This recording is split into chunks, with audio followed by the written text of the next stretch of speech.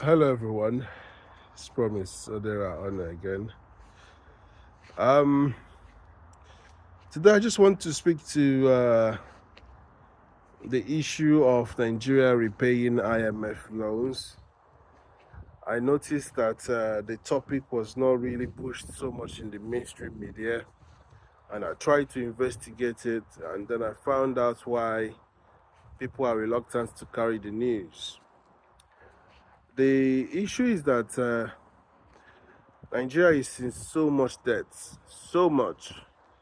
And it's not just the making of this present administration under Tinubu, but also a cumulative factor of Nigerians borrowing multiple loans under Buhari and even under Jonathan. Um, I challenged President Tinubu to at least do what Obasanjo did, which is paying off all our IMF loans. And I think we should commend him for at least trying, even though all they paid was the remainder of what is due from our principal initial capital that we borrowed. But we still have excess of $2 billion on interest that we're also supposed to pay. So although we've paid the principal capital, we still have to pay the interest accumulated over the years. And listen to someone on TVC who explained it very well, that although we paid 400 million to sort of finish that capital, payment, we've borrowed more money, running into billions of dollars from China, Afrexim banks, and other loans. So we are very, very far away from being debt free. I think he said in naira terms we're about 144 trillion in debt. So, man, when you hear these figures, it makes your head like you scratch your head, man. About $90 billion, excess of $90 billion. That's what we are owing as a country. So you can understand why the naira is still excess of 2,000 naira to a pound. We have a lot of work to be done. But we must also congratulate Tinubu's administration for at least the motive of trying to repay these debts. Because unless we start repaying these debts and come out from debt, our naira will not have any value. Our naira will be a very rubbish money. So the strength of a current, of a country is also the strength of its currency. So we need to do so much more to be able to get somewhere as far as our country, our currency, our economy is concerned.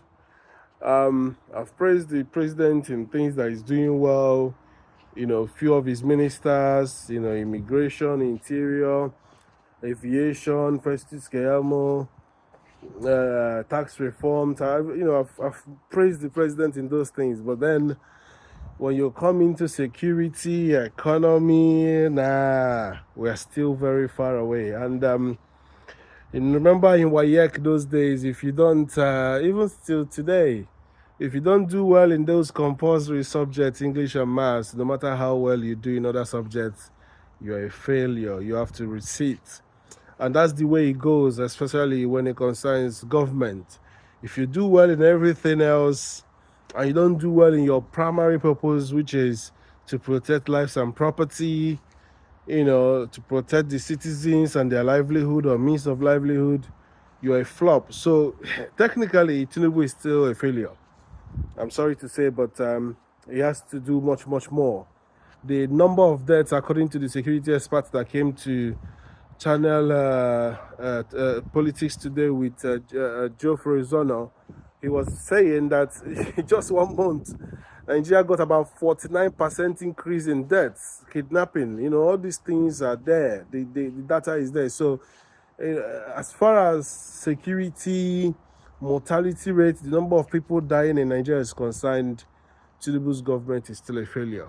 And the hot topic of state police is still something that we are still yet to see see the light of day and how that is going to be enforced. I appreciate the whole forest guard recruiting that is going on. If that goes to work, then that's a good move. But you see, a lot of these things in Nigeria are all trial and error by the government, because the question of are they going to carry weapons have been asked, and all they said is that they will come in after the military have come in and done the work, just to sort of give a post-military monitoring and surveillance kind of support. So I don't know how it's going to work. I'm not a security expert, but then what we're saying is that if the bandits and the terrorists are using sophisticated weapons, drones, are using ammunitions that you could see from their videos, where they are mutilating the naira, abusing the naira, showing their faces on TikTok, why then can't we go after them? And how do you think these forest guards are going to do against these armed bandits? So this is one area I think Tinubu should look into as he approaches 2 years of being in power. Some ministries is gone right. I mean, the money that's been given to the governors have increased, and some states have started paying off their own loans. Jigawa, Ondo, a few other places. We see some governors who are doing well. Kaduna State Governor was very impressive when I listened to him on Channel's Politics Today with Geoffrey. Enugu State doing well, Abia State doing well. A few governors are actually putting their gloves on and getting to work in some of the states. But then there are some things that if you don't get right, it makes rubbish of all your other efforts, and that's security and that's economy. We need to save more money in our foreign reserve to be able to bring naira up. We have to pay our debts. If you're a man and you're not owing any money, you are rich. You don't even need to have a lot of money in the bank. If you're meeting up all your bills, you're paying all your bills, you don't have to borrow money, you are rich. So Nigeria is in such a situation whereby the debts that we have, the money for servicing those debts, are making us poor. So at such a time that we've paid off all these debts, then we can say, we are doing well. So as we get to, start the politics of 2027, we all know Tinubu met Peter Obi in Italy, in Rome. We don't know what the conversation, although they said they just had banters. We know Atiku is approaching Peter Obi. We know Erifai is approaching Peter Obi. Everybody knows that Peter Obi is the man. But at the same time, we must hold INEC into account. And I really appreciate people like Peter Randy, who has been going to the Senate, trying to do the electoral reform. We must make sure that we look into the laws, all the loopholes that made Labour Party to lose out against INEC.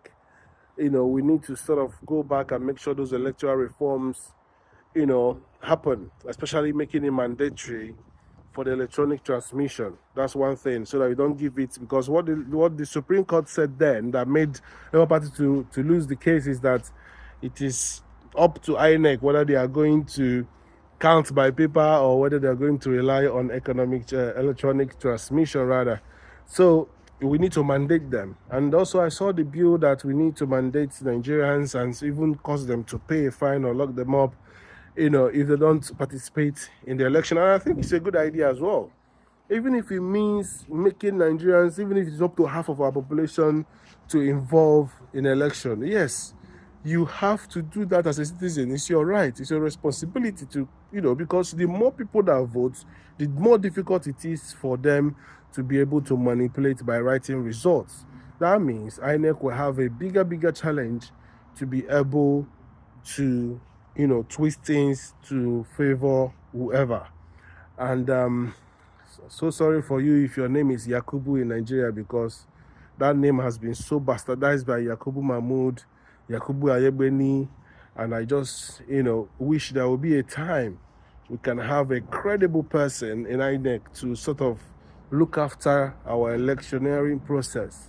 Because like Peter Obi said, even after the presidential elections, Edo State election, Osun election, and even this Anambra State that is coming up, like nobody trusts the INEC for whatever reason.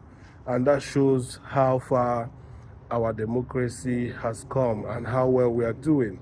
Some people believe or have the school of thought that democracy is not for Africa, and that's why you are seeing what is happening in Burkina Faso, Niger, Mali, or even Senegal.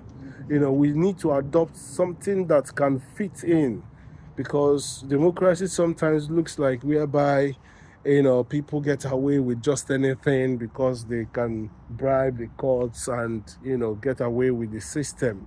So if we have something that is more, how do I say, that can hold us into account, that would be better.